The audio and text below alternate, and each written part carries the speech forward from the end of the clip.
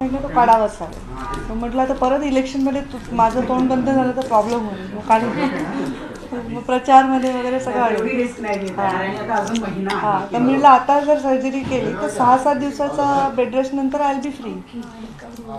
एक सर्जरी 1-1.5 तासाची आहे. सर्जरी फार म्हणजे गंभीर नाही पण खूप नाजूक आहे. इथे बंद होईल ना, तोंडच बंद होईल, लिक्विड जे आहे नाही, आवाजात नाही, तो या भागात आहे. तर आवाजात वगैरे नाही, पण प्रॉब्लेम असा आहे की भाषणं करता येणार नाही मला, 8-10 दिवस बोलता येणार नाही, खाता येणार नाही. आणि जेव्हाही मला हे इन्फेक्शन होतं मला त्रास होतो. म्हणजे जीवनामध्ये मला असं कधी इंजेक्शन नाही, कधी सलाईन नाही. मी पहिल्यांदा ॲडमिट झाले ब्रीच कॅन्डला, आयुष्यात नाही. म्हणजे फर्स्ट टाइम मी सलाईन घेतला आयुष्यामध्ये. चलो थांबा, हे गोळी तोंडात टाकते मध्ये, मला डिस्टर्बन्स नको. थँक्यू.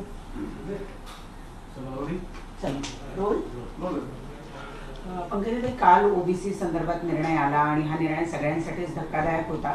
आयोगानं जी माहिती दिलेली आहे किंवा जे आकडेवारी दिली आहे ती आकडेवारीच कोर्टाला फेटाळून लावलेली आहे. त्यामुळे कदाचित सगळी प्रक्रिया पूर्ण आपल्याला करावी लागेल पुन्हा. काय आपली प्रतिक्रिया आहे यावर?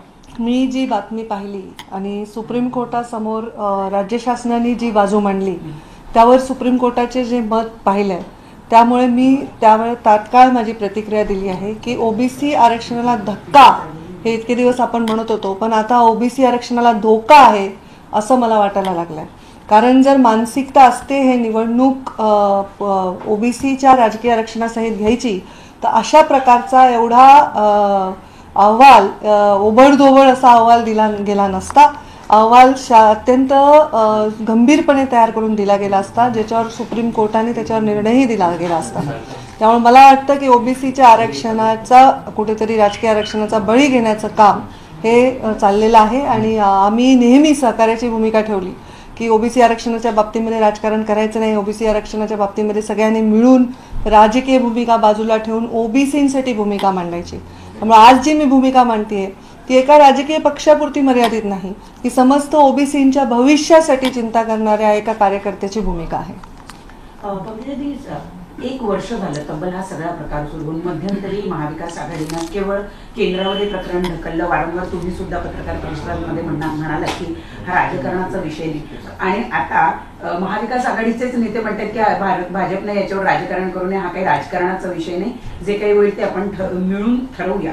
निवडणुका खरं तर पुढे ढकलल्या जातात वारंवार ओबीसीच्या आरक्षणाच्या प्रकरणी, आणि आता ही पुन्हा नवा अध्याय सुरू करणं, याला काय म्हणाल? याच्यामध्ये राजकारण करायचं नाही ही भूमिका आमची असल्यामुळे आम्ही नेहमी सहकार्याची भूमिका घेतलेली आहे. पण मला असं वाटतं की एकीकडे ओबीसींचा चेहरा समोर ठेवून किंवा कोणाला तरी बोलायला लावून सकारात्मक भाषा वापरून आतमध्ये कागदपत्र हाताळताना, डाटा हाताळताना, न्यायालयात मांडताना हेळसांड होतंय हे स्पष्ट आहे. हे न्यायालयाच्या स्वतःच्या भूमिकेतून स्पष्ट झालंय. सुप्रीम कोर्टाने पण सांगितलंय की तुम्हाला लोकसंख्येचा, सेन्सेसचा आकडा आवश्यक नाही. सुप्रीम कोर्टाने सांगितलंय तुम्हाला तुमच्या राज्यातील ओबीसींच्या राजकीय मागासले असण्याच्या परिस्थितीचा आकडा आणि त्याचा आढावा देणं आवश्यक आहे. आणि ते हे सरकार देऊ शकलं नाही. नुसतं 1 वर्षाचं अक्षम्य दुर्लक्ष झालेलं नाही. सरकारला येऊन आता 2.5 वर्ष पूर्ण होत आली आहेत, तरी पण 2.5 वर्षामध्ये ओबीसीचा हा विषय मार्गी लागला नाही. हे आरक्षण संरक्षित ठेवण्यासाठी आम्ही प्रयत्न केला होता आणि तो यशस्वी झाला होता. आम्ही त्यांना सगळ्या सहकार्यासाठी तयार आहोत. पण आता जी परिस्थिती आहे ही फार मोठा प्रश्नचिन्ह आहे. आणि मला वाटतं ओबीसीचं राजकीय आरक्षण हा विषय इतका बोलायला आपल्याला एका शब्दात म्हणता येतो तेवढा नाही. अनेक वर्षाचा मागासलेपणा, अनेक वर्षाची हेळसांड, अनेक वर्षाचा दबाव याच्यानं ओबीसी या राजकारणामुळे कुठेतरी मुख्य प्रवाहात आणण्यासाठी आरक्षणाचा फार मोठा फायदा झाला होता. अशा पद्धतीने निवडणुका झाल्या. आता नगरपंचायतच्या निवडणुका झाल्या त्याही चुकीच्या पद्धतीने झाल्या. आधी ओबीसी आरक्षणातून निवडणुका डिक्लेअर केल्या, मग ओबीसीचं आरक्षण बाजूला ठेवून तेवढ्याच लोकांचे फॉर्म परत भरून घेतले. हे कोणत्याही समान न्यायाची आहे भूमिका त्याच्यात बसणार नाही. तेव्हाही मी आक्षेप घेतला, इलेक्शन कमिशनला भेटले. पण मला असं वाटतंय की खरंच बोलणाऱ्यांच्या पोटामध्ये ओबीसीचं राजकीय आरक्षण व्हावं असं वाटत नाही, असं माझं आज स्पष्ट मत झालेलं आहे. मध्यंतरी नगरपंचायतीच्या निवडणुका होऊन गेल्या, कारण कोर्टानं सांगितलं की त्यांच्या निवडणुकांच्या तारखा लागलेल्या होता, प्रोग्राम आलेला आहे. आणि त्यानंतर वाटलं होतं की किमान आता महानगरपालिकांच्या निवडणूक आहे स्थानिक स्वराज्य संस्थांच्या, तर त्याच्यापूर्वी तरी हा प्रश्न मार्गी लागेल, पण तो लागलेला दिसत नाही. त्यामुळे दोन प्रकारच्या चर्चा सुरू आहे की एकतर या निवडणुका आता ओबीसी शिवाय निवडणूक आयोग लवकरच घेईल, कारण हे संपूर्ण प्रकरण शेवटी निवडणूक आयोगाच्या हातात आहे, जरी राजकीय पक्षांनी प्रयत्न केला तर. त्यावेळेला तुमची मग सरकारने निर्णय घ्यावा, निवडणूक आयोगाशी चर्चा करावी. निवडणूक आयोगाने जर आपल्या या देशामध्ये अशा अनेक गोष्टी आहेत ज्या ओव्हरड्यू झालेल्या आहेत, फक्त ओबीसी आरक्षणाच्या निवडणुकाच ओव्हरड्यू झालेल्या नाहीत. ठीक आहे, प्रशासक बसले, 2 महिने अजून बसतील प्रशासक, आणि मग ओबीसीचं आरक्षण पूर्ण करून जो काही डेटा द्यायचा आहे कोर्टामध्ये तो तात्काळ देऊन त्या ओबीसीच्या आरक्षणासहित निवडणुका घ्यावा. मी प्रत्येक वेळी सांगते आणि सावध करते, एकही निवडणूक ओबीसी आरक्षणाच्या राजकीय आरक्षणाशिवाय झाली तर तो प्रेसिडेंट तयार होईल आणि आणखी कोणीतरी परत कोर्टात जाईल आणि त्याच्यामध्ये अन्याय ओबीसीच्या राजकीय आरक्षणावर होईल. तर जर ओव्हरड्यू निवडणुका घ्या असं सन्माननीय कोर्टाने सांगितलंय तर त्याच्यावर राज्य शासनाला विचार करायची संधी आहे. घ्याच असं नाहीये, ओव्हरड्यू झालेल्या निवडणुका घ्या. तो ओव्हरड्यूची व्याख्या ठरवावी आता या परिस्थितीमध्ये. तुम्ही सांगा की हो प्रशासक बसू देत, आणखी 2 महिने प्रशासक बसू द्या आणि हे विषय मिटवा. पण तुम्ही परत एकदा महानगरपालिकेच्या सगळ्यात जास्त निवडणुका आहेत, आता हे मिनी विधानसभा आहे, सगळ्यात जास्त निवडणुका आहेत. मला वाटतं काहीतरी 2800 निवडणुका छोट्या मोठ्या सगळ्या म्हणजे एवढ्या जागांवर निवडणुका आहे, आणि त्या होऊन गेल्यानंतर परत तुम्ही म्हणता की नंतर ओबीसी आरक्षण करू. तसं नाही चालणार. 2 महिने 3 महिने जे काय आहे ओव्हरड्यूवर प्रशासक बसवा. किती संस्थांवर प्रशासक आहे, कितीही गोष्टींवर प्रशासक आहे, 2 महिने आणखी प्रशासक बसवा. निवडणूक आयोगाशी चर्चा करा. याला एक एक्सेप्शनल केस म्हणून निवडणूक आयोगाकडनं ह्यांनी एक्सटेन्शन घ्यायला पाहिजे असं मला वाटतं. आपण महाविकास आघाडी सरकार हे सातत्यानं अपयशी ठरत आहे का? कारण केवळ ओबीसी नाही, मराठ्यांचं आरक्षण असेल, इतर न्यायिक लढाई लढण्यामध्ये सर्वोच्च न्यायालयामध्ये बहुतेक जेवढ्या केसेस सगळ्या केसेसमध्ये आपल्याला फटकारण्यात आलेलं आहे राज्य सरकारला. कुठेतरी अपयशी ठरतायत न्यायिक लढाई लढताना. आणि मला असं वाटतं आहे का? मला असं वाटतं हे अपयशी ठरत नाही, ह्यांना अपयशी व्हायचं आहे. त्यांनी मराठा समाजालाही धोका दिलाय. ज्या मराठा समाजाला आरक्षण कधीच मिळणार नाही असं यांचं सरकार असताना ते म्हणत होते, त्या मराठा समाजाला न्याय देण्याचं काम आम्ही करू शकलो. तेही आरक्षण त्यांनी पुरतं घालवलंय. ओबीसीचं राजकीय आरक्षण सुद्धा जर त्यांना द्यायचं असतं तर ते देऊ शकले असते. अपयशी ठरण्याचीच कुठेतरी त्यांची इच्छा दिसते असं मला वाटतंय. आणि म्हणून माझी विनंती आहे, आज भुजबळ साहेबांना मी सभागृहात भाषण देताना पाहिलं, आज विरोधी पक्ष नेत्यांना बोलताना पाहिलं, माझी अशी विनंती आहे की त्यांनी नुसतं बोललं नाही, त्यांनी करून दाखवा. आम्ही त्यांच्या पाठीशी खंबीरपणे उभे राहू. आपण निवडणुका पुढे ढकला. एक्सेप्शन केस महाराष्ट्रामध्ये आहे, एक्सेप्शनल केस आहे, भविष्य आहे, समस्त ओबीसींचं राजकीय भविष्य आहे. त्यामुळे ही निवडणूक आपण पुढे ढकला. त्याला एक्सेप्शनल केस म्हणून निवडणूक आयोगाकडनं परवानगी घ्या. प्रशासक जिथे बसले तिथे 2 महिने आणखी प्रशासक बसू द्या आणि आमच्या निवडणुका ओबीसी आरक्षणासहितच घ्या असा आमचा आग्रह आहे. अपेक्षेप्रमाणे पॉलिटिकल रिप्रेझेंटेशन करता आलं नाही त्या अहवालामध्ये. जो मागासवर्गीय आयोग नेमला गेला ज्यामध्ये सदस्य आहेत त्याबद्दल क्वेश्चन मार्क आहे, कारण ते पॉलिटिकली तिथे बसवले गेले असं सुद्धा काही ओबीसी नेत्यांचं म्हणणं आहे. हे पहा, आता प्रश्नचिन्ह तर आहेच आहे ना, फक्त पंकजा मुंडेच्या मनात नाहीये, अनेक लोकांच्या मनामध्ये प्रश्नचिन्ह आहे. आणि ओबीसी राजकीय आरक्षण असेल, मराठा आरक्षण असेल, याच्या समोरच प्रश्नचिन्ह निर्माण झालेलं आहे. आज ह्या आरक्षणाला जर यशस्वी करायचं असेल तर तुम्ही कमिटीमध्ये काय अहवाल दिला पाहिजे. शेवटी तिथला जो अहवाल असतो तो गंभीरपणेच मांडला गेला पाहिजे. तिथे मोठे मोठे ऑफिसर्स असतात, अनेक वर्षाचा अभ्यास असतो. हे टेक्निकल गोष्टी आहेत, कोर्टात मांडण्याच्या गोष्टी. ह्या पॉलिटिकल रिप्रेझेंटेशन कधीच नसतं. कोर्टामधलं रिप्रेझेंटेशन हे खूप अभ्यासपूर्ण झालेलं असतं, गंभीरपूर्ण झालेलं असतं आणि ते आपल्या घटनेला आणि आपल्या सगळ्या इतिहासाला धरून झालेलं असतं. त्याच्यामुळे त्याच्यामध्ये गंभीरतापूर्वकच ते मांडलं गेलं पाहिजे. आणि मला असं वाटतं की त्याला गंभीरतेने घेतलं गेलं नाही आणि कोर्टाने पण तसेच ताशेरे ओढलेले आहेत. कुठेतरी ज्या पद्धतीने हा डाटा मांडायचा आहे, खरंच एवढा कालावधी गरजेचा लागतोय का? ती चालढकल केली जाते. कारण आपण जर पाहिलं तर जी संख्या आहे ओबीसीची त्या अनुषंगाने इतर समाजाची संख्या सुद्धा मोठी आहे, परंतु हा जो डाटा आहे मांडायला वेळ काढूपणा केला जातो की खरंच? आता बेसिकली पहिले तर जर आपण इतिहास बघितला, आपण तर चौथा स्तंभात लोकशाहीचा आपण जर स्टेटमेंट बघितले सर्व नेत्यांचे, तर पहिल्या वर्षभरामध्ये हे सांगत होते हे सगळं केंद्र सरकारची जबाबदारी आहे, हे एम्पिरिकल डेटावरच अवलंबून आहे, एम्पिरिकल डेटा केंद्राकडेच आहे, हे सगळं ते बोलत होते. जेव्हा कोर्टाने सांगितलं की तुमचा डेटा सांगा राज्याचा, त्याचा सेन्सेक्सशी संबंध नाही, तेव्हा हे जागे झाले. आणि तेव्हा त्यांनी जे काही आता कागदपत्र हाताळले त्याच्यावरही कोर्टाने ताशेरे ओढले की कुठेही कागदपत्रांमध्ये गांभीर्यपूर्वक कुठल्याही गोष्टीची दखल गेली नाही. म्हणूनच ह्याच्या वाटतं याच्यात अक्षम्य दुर्लक्ष होत आहे. म्हणून माझं स्टेटमेंट हे क्लिअर आहे. हा धक्का होता पण आता तो धोका झालाय असं मला वाटतं.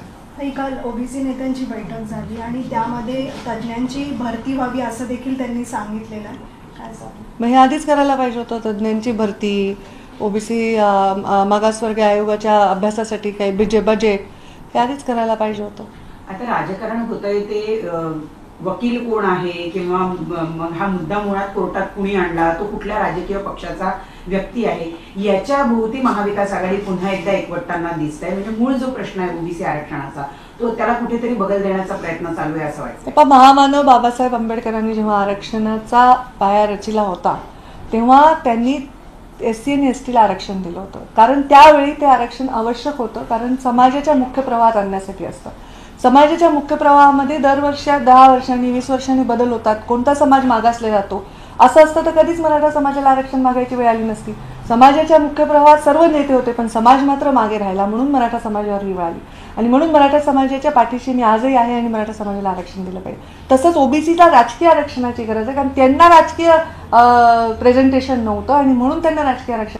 पंकजाताई, काल ओबीसी संदर्भात निर्णय आला आणि हा निर्णय सगळ्यांसाठीच धक्कादायक होता. आयोगानं जी माहिती दिलेली आहे किंवा जे आकडेवारी दिली आहे ती आकडेवारीच कोर्टानं फेटाळून लावलेली आहे. त्यामुळे कदाचित सगळी प्रक्रिया पूर्ण आपल्याला करावी लागेल. पुन्हा काय आपली प्रतिक्रिया आहे यावर? मी जी बातमी पाहिली आणि सुप्रीम कोर्टासमोर राज्य शासनाने जी बाजू मांडली त्यावर सुप्रीम कोर्टाचे जे मत पाहिलं त्यामुळे मी त्यावेळी तात्काळ माझी प्रतिक्रिया दिली आहे की ओबीसी आरक्षणाला धक्का हे इतके दिवस आपण म्हणत होतो पण आता ओबीसी आरक्षणाला धोका आहे असं मला वाटायला लागलंय. कारण जर मानसिकता असते हे निवडणूक ओबीसीच्या राजकीय आरक्षणासहित घ्यायची तर अशा प्रकारचा एवढा अहवाल ओबडधोबड असा अहवाल दिला गेला नसता. अहवाल अत्यंत गंभीरपणे तयार करून दिला गेला असता ज्याच्यावर सुप्रीम कोर्टाने त्याच्यावर निर्णयही दिला गेला असता. त्यामुळे मला वाटतं की ओबीसीच्या आरक्षणाचा कुठेतरी राजकीय आरक्षणाचा बळी घेण्याचं काम हे चाललेलं आहे आणि आम्ही नेहमी सहकार्याची भूमिका ठेवली की ओबीसी आरक्षणाच्या बाबतीमध्ये राजकारण करायचं नाही. ओबीसी आरक्षणाच्या बाबतीमध्ये सगळ्यांनी मिळून राजकीय भूमिका बाजूला ठेवून ओबीसींसाठी भूमिका मांडायची. त्यामुळे आज जी मी भूमिका मांडतेय ती एका राजकीय पक्षापुरती मर्यादित नाही, ती समस्त ओबीसींच्या भविष्यासाठी चिंता करणाऱ्या एका कार्यकर्त्याची भूमिका आहे. एक वर्ष झालं तब्बल हा सगळा प्रकार सुरू होऊन मध्यंतरी महाविकास आघाडीनं केवळ केंद्रामध्ये प्रकरण ढकललं. वारंवार तुम्ही सुद्धा पत्रकार परिषदांमध्ये म्हणालात की हा राजकारणाचा विषय नाही आणि आता महाविकास आघाडीचेच नेते म्हणतात की भाजपने याच्यावर राजकारण करू नये, हा काही राजकारणाचा विषय नाही, जे काही होईल ते आपण मिळून ठरवूया. निवडणुका खरं तर पुढे ढकलल्या जातात वारंवार ओबीसीच्या आरक्षणाच्या प्रकरणी आणि आता ही पुन्हा नवा अध्याय सुरू करणं याला काय म्हणाल? याच्यामध्ये राजकारण करायचं नाही ही भूमिका आमची असल्यामुळे आम्ही नेहमी सहकार्याची भूमिका घेतलेली आहे. पण मला असं वाटतं की एकीकडे ओबीसींचा चेहरा समोर ठेवून किंवा कोणाला तरी बोलायला लावून सकारात्मक भाषा वापरून आतमध्ये कागदपत्र हाताळताना डाटा हाताळताना न्यायालयात मांडताना हेळसांड होतंय हे स्पष्ट आहे. हे न्यायालयाच्या स्वतःच्या भूमिकेतून स्पष्ट झालंय. सुप्रीम कोर्टाने पण सांगितलंय की तुम्हाला लोकसंख्येचा सेन्सेसचा आकडा आवश्यक नाही. सुप्रीम कोर्टाने सांगितलंय तुम्हाला तुमच्या राज्यातील ओबीसींच्या राजकीय मागासले असण्याच्या परिस्थितीचा आकडा आणि त्याचा आढावा देणं आवश्यक आहे आणि ते हे सरकार देऊ शकलं नाही. नुसतं 1 वर्षाचं अक्षम्य दुर्लक्ष झालेलं नाही. सरकारला येऊन आता 2.5 वर्ष पूर्ण होत आली आहेत तरी पण 2.5 वर्षामध्ये ओबीसीचा हा विषय मार्गी लागला नाही. हे आरक्षण संरक्षित ठेवण्यासाठी आम्ही प्रयत्न केला होता आणि तो यशस्वी झाला होता. आम्ही त्यांना सगळ्या सहकार्यासाठी तयार आहोत. पण आता जी परिस्थिती आहे ही फार मोठा प्रश्नचिन्ह आहे आणि मला वाटतं ओबीसीचं राजकीय आरक्षण हा विषय इतका बोलायला आपल्याला एका शब्दात म्हणता येतो तेवढा नाही. अनेक वर्षाचा मागासलेपणा, अनेक वर्षाची हेळसांड, अनेक वर्षाचा दबाव याच्यानं ओबीसी या राजकारणामुळे कुठेतरी मुख्य प्रवाहात आणण्यासाठी आरक्षणाचा फार मोठा फायदा झाला होता. अशा पद्धतीने निवडणुका झाल्या. आता नगरपंचायतच्या निवडणुका झाल्या त्याही चुकीच्या पद्धतीने झाल्या. आधी ओबीसी आरक्षणातून निवडणुका डिक्लेअर केल्या, मग ओबीसीचं आरक्षण बाजूला ठेवून तेवढ्याच लोकांचे फॉर्म परत भरून घेतले. हे कोणत्याही समान न्यायाची आहे भूमिका त्याच्यात बसणार नाही. तेव्हाही मी आक्षेप घेतला, इलेक्शन कमिशनला भेटले. पण मला असं वाटतंय की खरंच बोलणाऱ्यांच्या पोटामध्ये ओबीसीचं राजकीय आरक्षण व्हावं असं वाटत नाही, असं माझं आज स्पष्ट मत झालेलं आहे. पंकजाताई, मध्यंतरी नगरपंचायतीच्या निवडणुका होऊन गेल्या, कारण कोर्टानं सांगितलं की त्यांच्या निवडणुकांच्या तारखा लागलेला होता, प्रोग्राम आलेला आहे म्हणून. आणि त्यानंतर वाटलं होतं की किमान आता महानगरपालिकांच्या निवडणुका आहेत, स्थानिक स्वराज्य संस्थांच्या, तर त्याच्यापूर्वी तरी हा प्रश्न मार्गी लागेल, पण तो लागलेला दिसत नाही. त्यामुळे दोन प्रकारच्या चर्चा सुरू आहे की एकतर या निवडणुका आता ओबीसी शिवाय निवडणूक आयोग लवकरच घेईल, कारण हे संपूर्ण प्रकरण शेवटी निवडणूक आयोगाच्या हातात आहे, जरी राजकीय पक्षांनी प्रयत्न केला तर. त्यावेळेला तुमची मग सरकारने निर्णय घ्यावा, निवडणूक आयोगाशी चर्चा करावी. निवडणूक आयोगाने जर आपल्या या देशामध्ये अशा अनेक गोष्टी आहेत ज्या ओव्हरड्यू झालेल्या आहेत, फक्त ओबीसी आरक्षणाच्या निवडणुकाच ओव्हरड्यू झालेल्या नाहीत. ठीक आहे, प्रशासक बसले, 2 महिने अजून बसतील प्रशासक, आणि मग ओबीसीचं आरक्षण पूर्ण करून जो काही डेटा द्यायचा आहे कोर्टामध्ये तो तात्काळ देऊन त्या ओबीसीच्या आरक्षणासहित निवडणुका घ्यावा. मी प्रत्येक वेळी सांगते आणि सावध करते, एकही निवडणूक ओबीसी आरक्षणाच्या राजकीय आरक्षणाशिवाय झाली तर तो प्रेसिडेंट तयार होईल आणि आणखी कोणीतरी परत कोर्टात जाईल आणि त्याच्यामध्ये अन्याय ओबीसीच्या राजकीय आरक्षणावर होईल. तर जर ओव्हरड्यू निवडणुका घ्या असं सन्माननीय कोर्टाने सांगितलंय तर त्याच्यावर राज्य शासनाला विचार करायची संधी आहे. घ्याच असं नाहीये, ओव्हरड्यू झालेल्या निवडणुका घ्या. तर ओव्हरड्यूची व्याख्या ठरवावी आता या परिस्थितीमध्ये. तुम्ही सांगा की हो प्रशासक बसू देत, आणखी 2 महिने प्रशासक बसू द्या आणि हे विषय मिटवा. पण तुम्ही परत एकदा महानगरपालिकेच्या सगळ्यात जास्त निवडणुका आहेत, आता हे मिनी विधानसभा आहे, सगळ्यात जास्त निवडणुका आहेत. मला वाटतं काहीतरी 2800 निवडणुका छोट्या मोठ्या सगळ्या म्हणजे एवढ्या जागांवर निवडणुका आहे, आणि त्या होऊन गेल्यानंतर परत तुम्ही म्हणता की नंतर ओबीसी आरक्षण करू. तसं नाही चालणार. 2 महिने 3 महिने जे काय आहे ओव्हरड्यूवर प्रशासक बसवा. किती संस्थांवर प्रशासक आहे, कितीही गोष्टींवर प्रशासक आहे, 2 महिने आणखी प्रशासक बसवा. निवडणूक आयोगाशी चर्चा करा. ह्याला एक एक्सेप्शनल केस म्हणून निवडणूक आयोगाकडनं ह्यांनी एक्सटेन्शन घ्यायला पाहिजे असं मला वाटतं. आपण महाविकास आघाडी सरकार हे सातत्यानं अपयशी ठरतंय का? कारण केवळ ओबीसी नाही, मराठ्यांचं आरक्षण असेल, इतर न्यायिक लढाई लढण्यामध्ये सर्वोच्च न्यायालयामध्ये बहुतेक जेवढ्या केसेस सगळ्या केसेसमध्ये आपल्याला फटकारण्यात आलेलं आहे राज्य सरकारला. कुठेतरी अपयशी ठरतायत न्यायिक लढाई लढताना, आणि मला असं वाटतं आहे का? मला असं वाटतं हे अपयशी ठरत नाही, ह्यांना अपयशी व्हायचं आहे. यांनी मराठा समाजालाही धोका दिलाय. ज्या मराठा समाजाला आरक्षण कधीच मिळणार नाही असं यांचं सरकार असताना ते म्हणत होते, त्या मराठा समाजाला न्याय देण्याचं काम आम्ही करू शकलो. तेही आरक्षण त्यांनी पुरतं घालवलंय. ओबीसीचं राजकीय आरक्षण सुद्धा जर त्यांना द्यायचं असतं तर ते देऊ शकले असते. अपयशी ठरण्याचीच कुठेतरी त्यांची इच्छा दिसते असं मला वाटतंय. आणि म्हणून माझी विनंती आहे, आज भुजबळ साहेबांना मी सभागृहात भाषण देताना पाहिलं, आज विरोधी पक्ष नेत्यांना बोलताना पाहिलं, माझी अशी विनंती आहे की त्यांनी नुसतं बोललं नाही, त्यांनी करून दाखवा. आम्ही त्यांच्या पाठीशी खंबीरपणे उभे राहू. आपण निवडणुका पुढे ढकला. एक्सेप्शन केस महाराष्ट्रामध्ये आहे, एक्सेप्शनल केस आहे, भविष्य आहे, समस्त ओबीसींचं राजकीय भविष्य आहे. त्यामुळे ही निवडणूक आपण पुढे ढकला. त्याला एक्सेप्शनल केस म्हणून निवडणूक आयोगाकडनं परवानगी घ्या. प्रशासक जिथे बसले तिथे 2 महिने आणखी प्रशासक बसू द्या आणि आमच्या निवडणुका ओबीसी आरक्षणासहितच घ्या असा आमचा आग्रह आहे. अपेक्षेप्रमाणे पॉलिटिकल रिप्रेझेंटेशन करता आलं नाही त्या अहवालामध्ये. जो मागासवर्गीय आयोग नेमला गेला ज्यामध्ये सदस्य आहेत त्याबद्दल क्वेश्चन मार्क आहे, कारण ते पॉलिटिकली तिथे बसवले गेले असं सुद्धा काही ओबीसी नेत्यांचं म्हणणं आहे. हे पहा, आता प्रश्नचिन्ह तर आहेच आहे ना, फक्त पंकजा मुंडेच्या मनात नाहीये, अनेक लोकांच्या मनामध्ये प्रश्नचिन्ह आहे. आणि ओबीसी राजकीय आरक्षण असेल, मराठा आरक्षण असेल, याच्या समोरच प्रश्नचिन्ह निर्माण झालेलं आहे. आज ह्या आरक्षणाला जर यशस्वी करायचं असेल तर तुम्ही कमिटीमध्ये काय अहवाल दिला पाहिजे. शेवटी तिथला जो अहवाल असतो तो गंभीरपणेच मांडला गेला पाहिजे. तिथे मोठे मोठे ऑफिसर्स असतात, अनेक वर्षाचा अभ्यास असतो. हे टेक्निकल गोष्टी आहेत. कोर्टात मांडण्याच्या गोष्टी ह्या पॉलिटिकल रिप्रेझेंटेशन कधीच नसतं. कोर्टामधलं रिप्रेझेंटेशन हे खूप अभ्यासपूर्ण झालेलं असतं, गंभीरपूर्ण झालेलं असतं, आणि ते आपल्या घटनेला आणि आपल्या सगळ्या इतिहासाला धरून झालेलं असतं. त्याच्यामुळे त्याच्यामध्ये गंभीरतापूर्वकच ते मांडलं गेलं पाहिजे.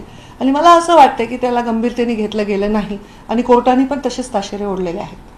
कुठेतरी ज्या पद्धतीने हा डाटा मांडायचा आहे, खरंच एवढा कालावधी गरजेचा लागतोय का ती टाळाढकल केली जाते? कारण आपण जर पाहिलं तर जी संख्या आहे ओबीसीची त्या अनुषंगाने इतर समाजाची संख्या सुद्धा मोठी आहे, परंतु हा जो डाटा आहे मांडायला वेळ काढूपणा केला जातो की खरंच?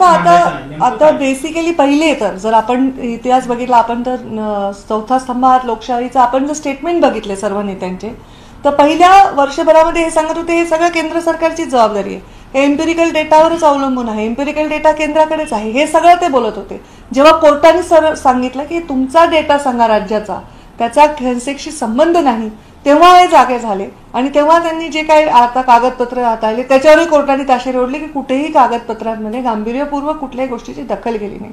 म्हणूनच ह्याच्या वाटतं याच्यावर अक्षम्य दुर्लक्ष होत आहे. म्हणून माझं स्टेटमेंट हे क्लिअर आहे, हा धक्का होता पण आता तो धोका झालाय असं मला वाटतं. काल ओबीसी नेत्यांची बैठक झाली आणि त्यामध्ये तज्ज्ञांची भरती व्हावी असं देखील त्यांनी सांगितलेलं आहे. काय सांगू? मग हे आधीच करायला पाहिजे होतं, तज्ज्ञांची भरती, ओबीसी मागासवर्गीय आयोगाच्या अभ्यासासाठी काही बजेट हे आधीच करायला पाहिजे होतं. आता राजकारण होतंय ते वकील कोण आहे किंवा मग हा मुद्दा मुळात कोर्टात कुणी आणला, तो कुठल्या राजकीय पक्षाचा व्यक्ती आहे, याच्या भोवती महाविकास आघाडी पुन्हा एकदा एकवटताना दिसत आहे. म्हणजे मूळ जो प्रश्न आहे ओबीसी आरक्षणाचा तो त्याला कुठेतरी बगल देण्याचा प्रयत्न चालू आहे असं वाटतं. महामानव बाबासाहेब आंबेडकरांनी जेव्हा आरक्षणाचा पाया रचिला होता तेव्हा त्यांनी SC आणि ST ला आरक्षण दिलं होतं, कारण त्यावेळी ते आरक्षण आवश्यक होतं, कारण समाजाच्या मुख्य प्रवाहात आणण्यासाठी असतं. समाजाच्या मुख्य प्रवाहामध्ये दरवर्षी 10 वर्षांनी 20 वर्षांनी बदल होतात. कोणता समाज मागासला जातो असं असतं तर कधीच मराठा समाजाला आरक्षण मागायची वेळ आली नसती. समाजाच्या मुख्य प्रवाहात सर्व नेते होते पण समाज मात्र मागे राहिला, म्हणून मराठा समाजावर ही वेळ आली. आणि म्हणून मराठा समाजाच्या पाठीशी मी आजही आहे आणि मराठा समाजाला आरक्षण दिलं पाहिजे. तसंच ओबीसीला राजकीय आरक्षणाची गरज आहे, कारण त्यांना राजकीय प्रेझेंटेशन नव्हतं आणि म्हणून त्यांना राजकीय आरक्षणाची गरज आहे, म्हणून त्यांच्या पाठीशी आहे. मग हे सगळं करत असताना कुठेतरी कोणत्या माणसांनी प्रेझेंटेशन केलं, म्हणजे आपण लोकांना मुख्य प्रवाहात आणण्यासाठी पुरोगामी विचारांनी हे काम करतोय का पुढे जायच्या ऐवजी मागे जातोय. कोणत्या जातीचा वकील आहे, कोणत्या जातीचे मेंबर आहेत, हे तर अजून समाजाला मागे नेणारी गोष्ट आहे. कोणत्याही जातीचा व्यक्ती एखाद्या पदावर असेल तर त्याला सगळ्यात मागासलेल्या व्यक्तीचा घटकाचा विचार करताना कुठेही त्याच्या मनामध्ये किंतु परंतु आला नाही पाहिजे, ही आपली शिकवण आहे. आणि दुर्दैवाने आपण आता प्रत्येक गोष्टीला जातीमध्ये तोलतोय, म्हणजे बाईट येणारा कोणत्या जातीचा आहे, कॅमेरामन कोणत्या जातीचा आहे, अधिकारी कोणत्या जातीचा आहे, या गोष्टींना जात नसली पाहिजे, ह्या गोष्टी फेअर असल्या पाहिजे असं माझं मत आहे. काल जी बैठक झाली त्या म्हणजे काल बैठक होणार होती या सगळ्या ओबीसी नेत्यांची महाविकास आघाडीमधल्या, तुम्हाला काय वाटतंय आता नेमके कुठले मार्ग, म्हणजे न्यायिक लढाई आपण लढतोय, कुठले मार्ग आपल्या पुढे आहे? सर्वात पहिले सरकारने स्वतः निवडणूक आयोगाच्या बद्दल चर्चा करून एक्सेप्शनल केस म्हणून ह्याला काही महिन्याची मुदत घ्या, 2 महिन्याची, 3 महिन्याची, जिथे प्रशासक नेमले त्या निवडणुका ओबीसी आरक्षणाच्या या विषयाला, या गुंत्याला सोडवल्यानंतरच घेतील. हा निर्णय जर सरकारने घेतला आणि एक्सेप्शन केस म्हणून इलेक्शन कमिशनला तशा प्रकारे चर्चा केली तर नक्की हे शक्य आहे. नाहीतर नगरपंचायत जसं अचानक डिक्लेअर केलं तसं निवडणुका हे डिक्लेअर करतील आणि परत आरक्षणाचा घात होईल ओबीसी आरक्षणाचा. आणि म्हणून सर्वात पहिले हे निर्णय घेणं आज आवश्यक आहे आणि मग बैठका आणि मग कागदपत्र हा विषय. एक शेवटचा प्रश्न आहे, समजा जर या निवडणुका लागल्याच ओबीसी आरक्षणाशिवाय तर आपली भूमिका काय असेल? आपण पुन्हा एकदा, माझी अशी भूमिका या लागूच नाही. आणि मी मगाच म्हटलं कुठल्या पक्षाची पदाधिकारी किंवा एखादी माजी मंत्री म्हणून मी नाही बोलत आहे. मी ओबीसीच्या, आणि मी ओबीसी नसते तरी मी हेच बोलले असते. ओबीसी आहे म्हणून बोलते हे पण एकदा स्पष्ट करायचं आहे, कारण मी मराठा आरक्षणाच्या बाजूने तेवढीच उभे राहिले.